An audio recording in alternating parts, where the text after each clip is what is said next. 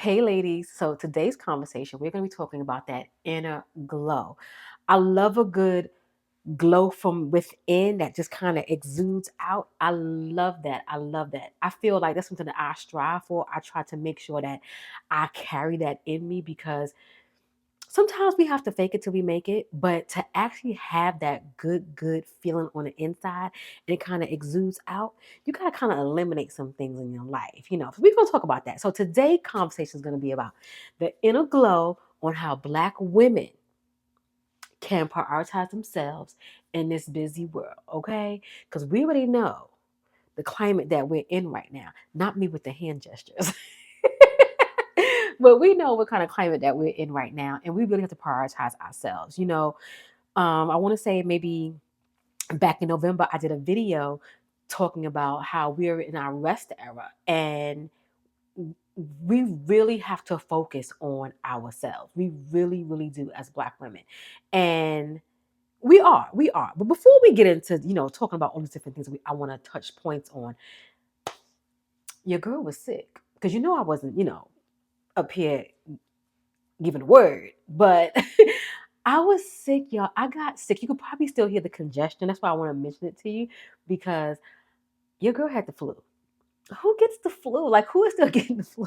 I thought the flu was over, but I know it's still out here. But nevertheless, I got sick. I thought I had a sinus infection, and I was like, I'm gonna go get me some medicine, have it be cleared up, and I'll be fine. No, mm-mm. Your girl had a full blown sign. No, I had the full. Can't even get it out. I had the flu, but we're good now. We're like 98% back. I need them extra 2 points so I can really get this like the rest of this mess out of me. But for the most part, I feel good. I don't have my chills anymore. I never had the body aches, but the real bad congestion with my head was really feeling bad. I was sleeping, sitting up, all those different things. I don't have that anymore. So I'm happy that has passed. So yeah, I had to I had to address that because your girl was going for a minute. I just couldn't. It's so funny because I was feeling bad when I was going to record some new videos, right? And I had to stop. I was like, I really feel best. Let me just take a little break. Maybe my body's talking to me. I need to rest a little bit. And before I knew it, I just started feeling sick, sick, and more sick. And here we are. Here we are. But let's get into it, ladies. Let's get into it. First on the list, recognizing the need for change. Remember, we are prioritizing ourselves in this busy world. We have a lot going on now. And sometimes, us as Black women, we want to put so much on our plate and we do not have to. Take the cape off, honey. Okay. So, first thing is recognizing the need for change. What are some signs of neglecting self care when you're burnt out? I'm putting my hand up. I've been there before. I've been there before where I neglect myself. I become burnt out. I have lack of joy and I become irritable. I become so irritable.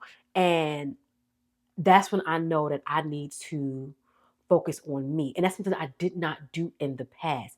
And I sit back and think about, right now, like prioritizing myself. I feel like if I were to prioritize myself in maybe like some past situations, I might have been better for other people and other things that was going on in my life. I probably would have showed up better. But I neglected myself and I couldn't pour from a full cup or a cup that was running over because I didn't know how to take care for myself. So now I know, I'm happy in one fold that I'm able to recognize that now, but I wish I would have recognized that before. I really feel like, let me tell y'all something.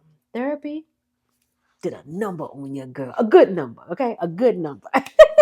Another one, and recognizing you need change. Social pressures and cultural norms. Us as Black women, we can tend to not want to self prioritize ourselves. Like I just mentioned, we want to care for others, because that's sometimes that can be passed on how you was raised and maybe how you seen your family do things and stuff like that. We want to be so caring and wanting to be, nurturing and whatnot. But I found that when I did that, I got burned. And I only pretty much did that more so in relationships with men or with family members, and then you wind up getting burnt at the end. Never in any of my like female, girlfriend friendships, none of that.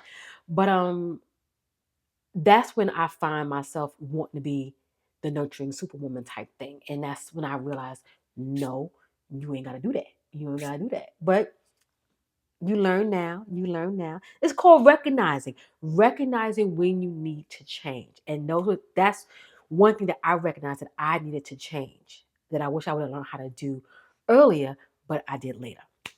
So to tie that in, I want to mention, when you prioritize yourself, you tend to have better health. I have this here. You have better health, you have better relationships, and it's overall happiness. And I can truly say right now, as I am sitting here talking to you, I have all that now.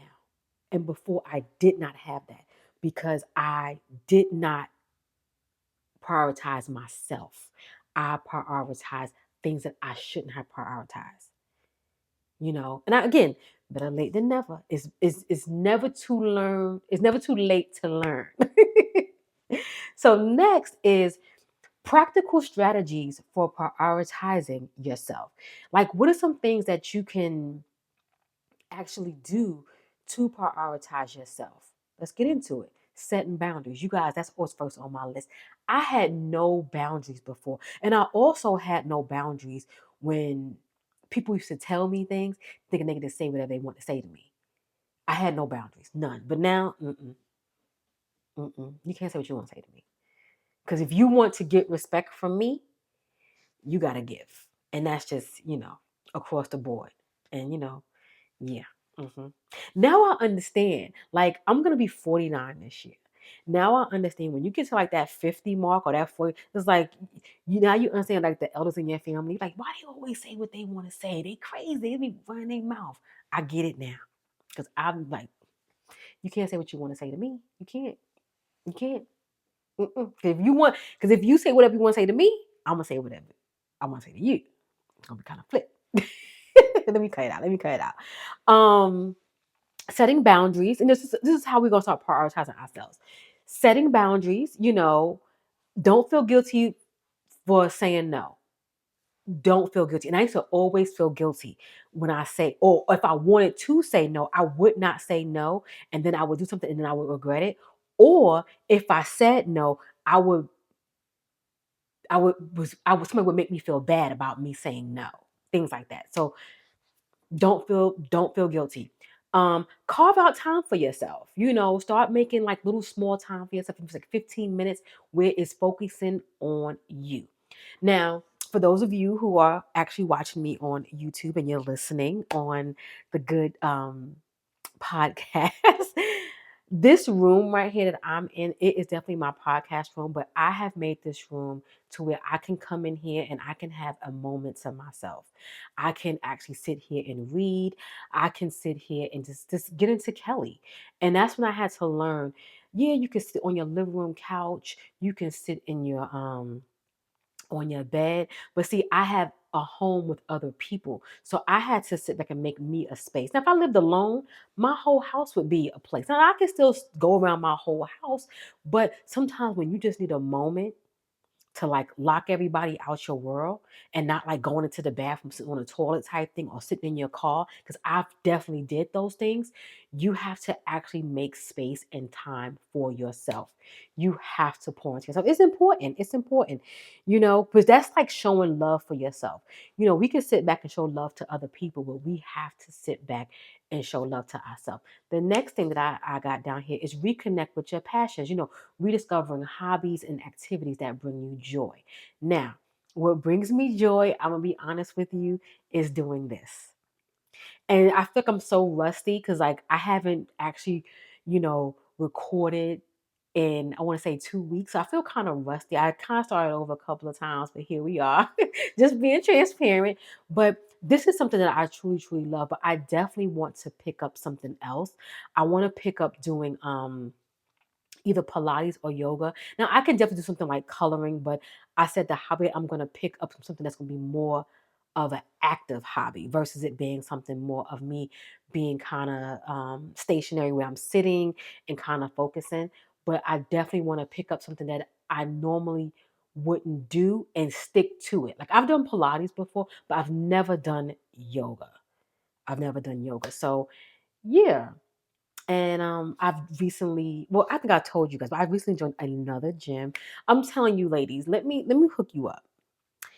If you have Blue Cross, Aetna, Cigna, United, they have this thing where you can join. Like when I joined, it was only $20 a month. It was $19 a month, and you can go to multiple gyms. I have 3 gyms, and let me tell you something. That's probably how I got sick, okay? Telling you the truth. I have 3 gyms, and one gym is like my backup gym. Like when I just don't want to like drive far. Then I have one that's kind of like really, really close to my house. Then I have one that's kind of like far from my house, but a little bougie, if you will. So when I want to have my bougie moment, I go over there. So check into your health insurance. It might be called Silver Sneakers. It might be called oh my God. Something. They say with the whatever's for the health and wellness, they have it. Or if it's Blue Cross, but if it's Blue Cross that you have, it might be Blue 65 or 365 Blue. Look into it. Everybody has it. Because I know a couple of people that I know, they go to Planet Fitness and they pay, I think, the $19, but they get like the $25 plan. So something you want to do. I don't have Planet Fitness because the Planet Fitness by me is not given. Okay, it's not given.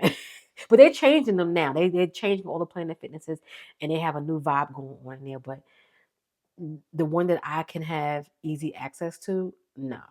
Mm-mm. It's a few that I can get to because Planet Fitness they're like bodegas in New York. They all over the place. But no, I can't. Mm-mm. It's like a hangout spot for me. I don't know the ones that I can get to. But if yeah. But what's next? Daily affirmations. I want, and I want to put it out there. I want to do a affirmation, um, a daily affirmation. I don't know what to call it. Like I want to do it, and I want to give it to you. I've been thinking about that. I've been thinking about creating 30 daily affirmations to give to you. I don't know what made me think of that, but it just came out. But yeah, daily affirmations, that's I use those for self-talk. Sometimes we sit back and we are afraid to have a conversation with ourselves. I know I just went off real quick. But well, when you can actually sit down and talk to yourself, there's nothing wrong with that. And I'm not sitting here where you're like actually having like a psychotic conversation. You're actually talking to yourself and you're pouring into yourself, saying good, kind words and motivating yourself and pumping yourself up, knowing that you can actually do something. And if you feel that something can come in your way to make you feel like you can't do what you want to do, or you may feel a certain kind of way, you can still have that conversation with yourself. I don't know. I hope I'm making it sound right. I hope I am. I hope I am. I feel my nose getting kind of stuffy. I feel as I'm talking, my nose getting stuffy. Next, delegate and ask for help. That is something that I struggle with. I struggle with that so hard with asking for help. And there was a time in my life this past year, um, I had asked for help. Did it feel good? Yes, it did. It did. But asking for help it came with a cost, you know? And I had to sit back and say, is it really worth it? Or just do it yourself? Or, something like that. So, but in saying that, ask for help. Ask for help if you can, or if you can delegate it. Like for me, I am thinking about, and I know I probably shouldn't even put this out there like that. I'm thinking about getting a editor because I really want to pump out more um, content. And if I want to pump out more content, I have to have someone to help me because I'm going to get behind. And I may do it for a short period of time because I may have something coming up and I might need somebody to help me to do that. So I've definitely spoke with my youngest daughter because she's good with computers and she's good with editing systems and things. I may pay my daughter to be my editor. I'm going to see. We're going to work something up and she ain't doing nothing for free. So we may do that. In addition to that, I've tried the cleaning service where they come into your home and clean, but I don't keep my house messy, but I do like to have that deep clean. And sometimes I'm tired. So I may have them come in and do that again because I'll be honest, this time around, I'm starting to see like the little dust around the baseboard area. And I can go ahead and just do that. I have like a little thing where you go around, but I really want somebody to come in here and like do my windows. I'm looking at my windows and things like that. Like really come in here and like get it done for me. So I'm thinking about doing that because that will definitely help me because we have to let go of that superwoman mentality that you can do it all. And I find myself where I'm like, okay, well, I can get my laundry done and then I can next weekend I can do the deep cleaning and then I can not do that deep clean again until maybe next month and then I do surface cleaning. Stop. Stop. And I know some things may cost, but if you have to ask your children, your significant other, however, however, ask for help. And if sometimes we sit back, and it's one thing I learned from a book that I read. I forgot what book it was. I think it was the 4 Hour Work Week. It was if you how much would you pay for this service? And or if you were to do it, how much would you want for it? And if you can afford it, just go ahead and outsource it.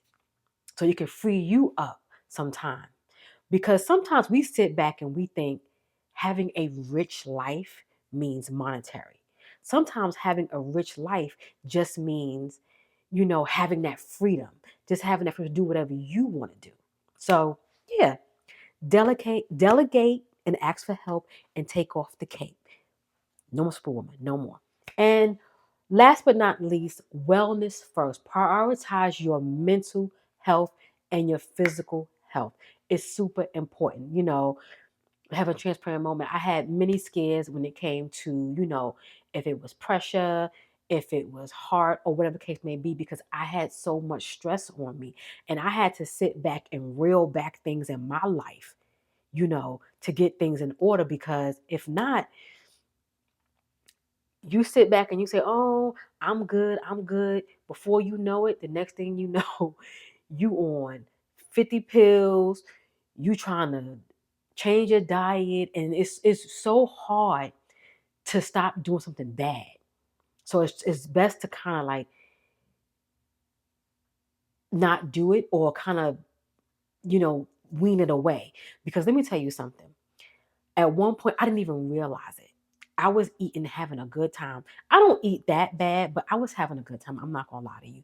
You know, I got comfortable with taking myself out. I got comfortable with me and my family going out. We going out every Friday and Saturday. This has been some years now because everybody in my house, we can't play them games anymore. But it was at one point we were going out every Friday and Saturday. It was like a ritual. And before I knew that mess caught up to me. And I'm thinking because, I may look the way I look on the outside, but the inside was being like wringed like a rag. I had to cut back. And I want to say last year when my oldest had turned 30, before I went to Cancun, I said, I got to make sure I'm good. I didn't drink January, February, March. I didn't eat nothing crazy. I didn't do no fried food. I'm not really a big fried food eater, but I didn't eat like a Bojangles or a Popeyes. I didn't do any of that. The bread, didn't bring it in the house. I really, really, really buckled down. And let me tell you something. Everything was good. And I've had some hiccups along the way, but I had to learn, Kelly, you can still enjoy life, but you still have to maintain a healthy lifestyle. You have to. You are not, your metabolism is not the way it used to be. I'm not 20 no more. So I have to get my greens in, eat lean meat, and be mindful of my carbs. So if I had to sit back and pick between a baked potato and some french fries, I would pick the baked potato. You know what I mean? If I had to sit back and think about, am I going to eat that bread at the table, or am I going to wait for my baked potato, or I'm going to have my croutons in my salad? I have to really be mindful, because that stuff catches up with you. It really, really does. And let me tell you something. You don't realize when it's coming, but you pay attention once you got it, because you can't get it. You got to really work hard to get it off. Right now, I've been trying to lose about 15 pounds. I'm down 5. I got 10 more to go. And let me tell you something. It is like hell. It is like hell. So, in saying all of that, prioritize your health, schedule your checkups, go to your doctor's appointment, go to the dentist, go to the eye doctor, get your physicals. If you got to get that mammogram, if you got to get them pap smears, whatever you got to get them done. Okay? One thing I don't play about is some appointments. I makes them. Okay, next up is making it sustainable. Okay. And when I mean that is something, what are you doing in your life that you can continue to do? And that is creating like non-negotiable things in your life, i.e., morning routines, evening routines. Like, for me, my morning routine is very, very simple. One thing I do is I don't jump out the bed. I ain't jumping out no bed. I wake up early. I am an early bird. So what I do is I lay there. When I wake up, I'm not trying to jump out the bed and my eyes are still closed. I'm trying to reach to find my way through. No, I lay there until I literally open my eyes fully. And I'm like, okay, I am fully awake. And then whatever I choose to do, if it's me, getting up, gotta go to the restroom, you know, um, you gotta do your little face, get everything in order, brush them teeth. First and foremost, get all that stuff done. And if it's me sitting back, if it's, reading a devotional, reading an affirmation or whatever, pouring into yourself, it is a must. Make some things non-negotiable. When you sit back and start doing things for yourself in the morning versus you just jumping up, getting yourself together, getting them kids together, getting in the car, grabbing your work bag, going in, trying to grab yourself something, Starbucks or whoever on the way, and then get into that job and do what you got to do. Or even if you're working from home, doing the same thing, trying to get the kids out the house, doing everything, you got to take a moment for yourself. And I don't even mean get everything done and then take a moment. You got to come first, because if you don't, guess what? Everything's going to still move. This world is still moving regardless of whatever. Okay? Pour into yourself. Celebrate your small wins. Celebrate your small wins. I recently uh celebrated just something personal, got a little small cupcake, ate it by myself. Probably shouldn't be eating that cupcake. But I wanted to celebrate the fact that I made a pivot, and I was so scared to do it. And it's still some kinks being done, still some kinks working out here on, the podcast, the channel, everything. But it's the fact that I did it, and I didn't let fear hold me back, and me worrying about numbers, and me worrying about money, and me actually doing something that I wanted to do, to pour into myself and to pour into you. That's something that I really, really had to celebrate, because when you do something that you thoroughly, thoroughly want to do, you will keep doing it. And I stand by that. So in addition to celebrating your small wins, you also want to stay motivated and you also want to surround yourself with supporting individuals. You want to have your tribe and you want to surround yourself with people who understand what you're doing, who can also understand this is a priority to you. Whatever it is that you're trying to do, you want to surround yourself around those type of people. That's what you have to do. Non-negotiable. You have to, because sometimes when you surround yourself around people who are not in the same room of things, they may not understand what you have going on. You may not understand what they have going on. You can, still have your group of people, you know, that are there. They may not be in your immediate circle, but you have to have a good supportive group when it comes to making things that's sustainable for you. And i.e., I'm gonna give you an example. In your household, when it's time, if you have a significant other or even if you're single, like for me, I'm a single woman, so I have my daughter. She knows at the end of the day, I gotta take care of myself. She's 18 now, so she got her own thing going on. But mommy gotta do me now. Mommy's into me. Mommy got this going on. So before anything, don't come to me in the morning because I got this going on. You know what I mean? In the evening, I got this going on.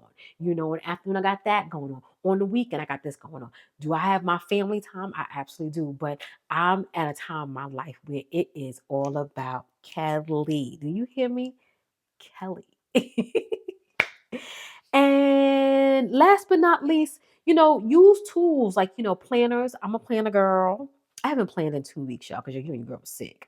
But use apps to track things. If it's, tracking to make sure you're drinking water, if it's tracking to make sure that you are planning your week, or if you're doing things like your morning routine, because sometimes when we actually see that what we're doing, and you don't have to have a plan, you can have a piece of paper. Sometimes if we actually sit and drink a little grid or a check box, it can really satisfy us. Do it in your notes app if you have an Apple phone, or if you have an Android. I don't know what y'all got over there because I don't have an Android. But you can always use some type of note app where you can like make little check boxes and say Monday, morning routine, evening routine, go for a walk. And when you start checking things off, that's when you starting to have things that are sustainable to you, and those like your non-negotiables. It feels so, so good. Like I really feel I probably could have lost maybe 2 more pounds if I wouldn't have gotten sick, because I was still eating with stuffy nose and all. So that the weight won't coming off. But if I would have gone to the gym, I really felt like those 5 pounds that I lost was due to the gym because they have not come back. So that's how I know the gym has definitely helped me. So I gotta get back in there so I can get these extra 10 pounds off. So yeah. So let's recap. I want to recap what we talked about. Recognizing the need for change, making a practical strategy for prioritizing ourselves and making things sustainable in our lives, like morning routines, evening routines, and just routines in general, because we have to put ourselves first. If we don't sit back and prioritize ourselves, we can't do anything because we will definitely break down and burn out. And yes, as Black women, we know how to push through.